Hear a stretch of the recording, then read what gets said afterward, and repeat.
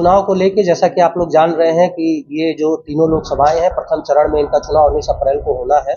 उसको लेकर पूरी तरह से तैयारियां की गई हैं। जो माननीय निर्वाचन आयोग का निर्देश है उसके अनुरूप कुल 2623 मतदान केंद्र हैं, जिसमें से 823 मतदान केंद्रों को तीनों जनपदों में संवेदनशील की कैटेगरी में रखा गया है और 130 मतदान केंद्र ऐसे हैं जो हमारे किसी बॉर्डर के दूसरे प्रदेश से लगते हैं। इन पर विशेष सक्रियता बरती जा रही है।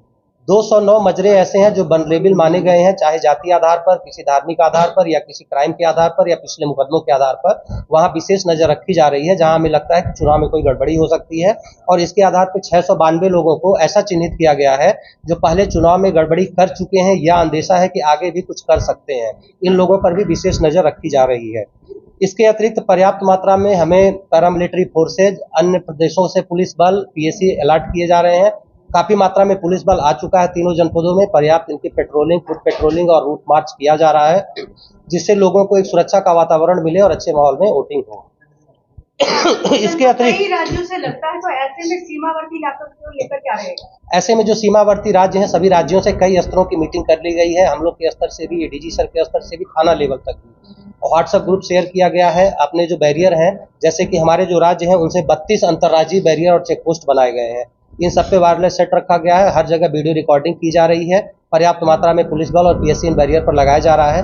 अन्य राज्यों से भी बात करके ये सुनिश्चित कर लिया गया है कि उनके यहाँ से भी कितने पुलिस फोर्स मौजूद रहेगी। इस पर हम लोग विशेष नजर रखे हुए हैं।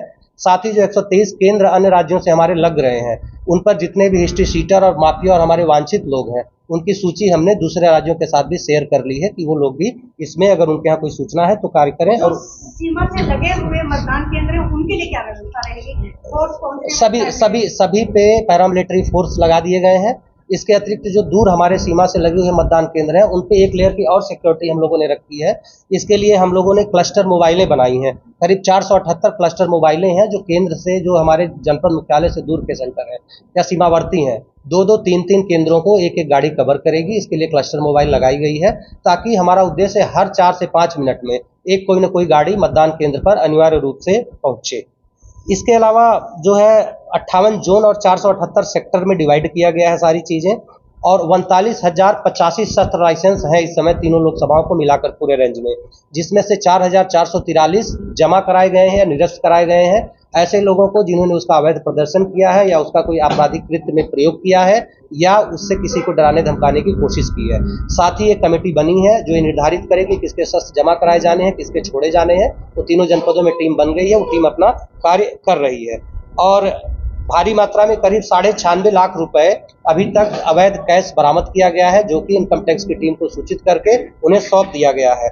आगे भी अवैध शराब जो अन्य प्रदेशों से आती है, उस पर भी काफी अच्छी कार्रवाई हुई है और करीब 40 लाख रुपए की शराब अभी तक चुनाव प्रक्रिया के दौरान देसी या बाहर से आने वाली दोनों मिलाकर बरामद कर ली गई है। करीब 320 अवैध शस्त्र बरामद किए गए हैं। 2 शस्त्र की फैक्ट्रियां पकड़ी गई हैं और निरंतर इसमें कार्रवाई की जा रही है।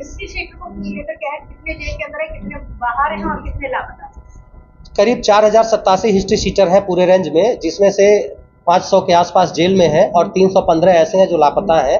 4,087 में से जो बाहर गए, बॉम्बे गए, बंगाल गए, कहीं गए, ट्रेस किया गया, बाद में वो ट्रेस नहीं हो पाए और यहाँ भी नहीं मौजूद है। ऐसे लोगों के लिए भी हम लोग 1 तारीख से ये अभियान चला रहे हैं और हमारा पुलिस बल जो 1 तारीख से रूट मार्च कर रहा है, 1 मार्च से, वो जो हिस्ट्री शीटर्स हैं उनके घर भी जा रहे हैं, उनको भी चेक कर रहे हैं, उनसे भी बातचीत की जा रही है। सर, ये आचार संहिता का जो बात है, अभी शायद दुकानदारों ने नहीं पढ़ा है, कुछ होटल और रेस्टोरेंट वाले हैं जो देर रात्रि में शराब पिलवा रहे हैं और जो बार है वो आगे से तो बार को बंद कर देते हैं और पीछे से रास्ता खोल देते हैं और शराबें अंदर चलती रहती है। 12-1 बजे तक लोग बैठे रहते हैं।